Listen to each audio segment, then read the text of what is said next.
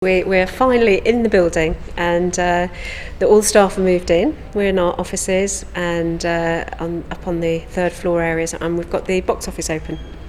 And you're out of your hard hats for the last month or so. Whenever you come in to do your work, you've all had to sit at your desks with hard hats on, haven't you?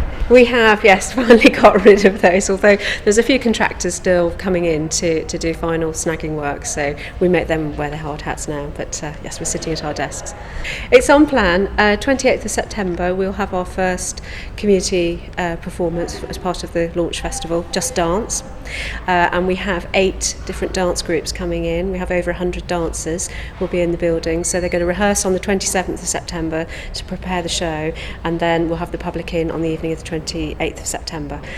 So we're all on schedule, we're all planned, they're rehearsing, and everybody's very excited about getting started. No, obviously you're already Chief Exec of Milton Keynes Theatre, and you've been, in the nicest possible way, knocking around in this sort of industry for a few years, haven't you? So what, on a personal front, when you walked in here and saw it all, what did you think?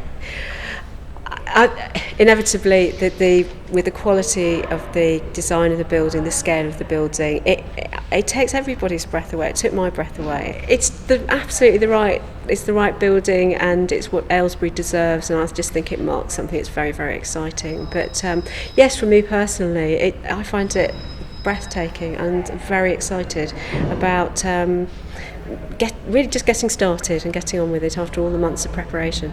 And I guess there aren't many brand new theatres opening around, especially at the moment.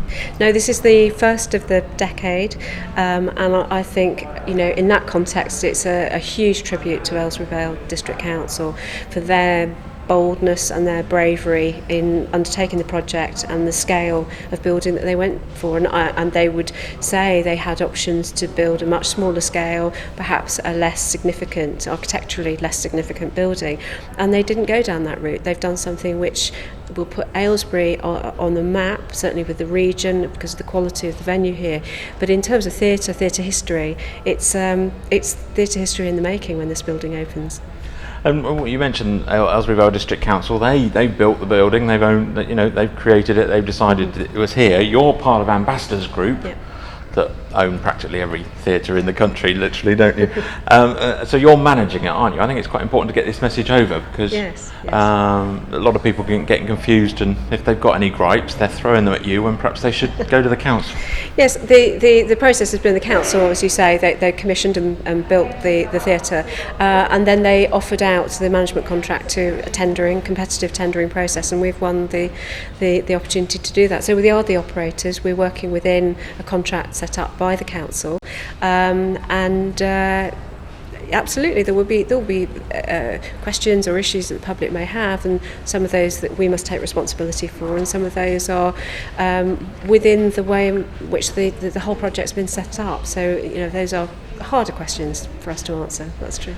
So opening night, I shall be here, whether you want me or not. I'll have my little dickie out, like I did at Milton Keynes 12 years ago or whenever it was. What we got planned? We've got a red carpet. I hope you've got a tiara. We're saying it's champagne and fizz and frocks and fun and a great evening. It's Swan Lake.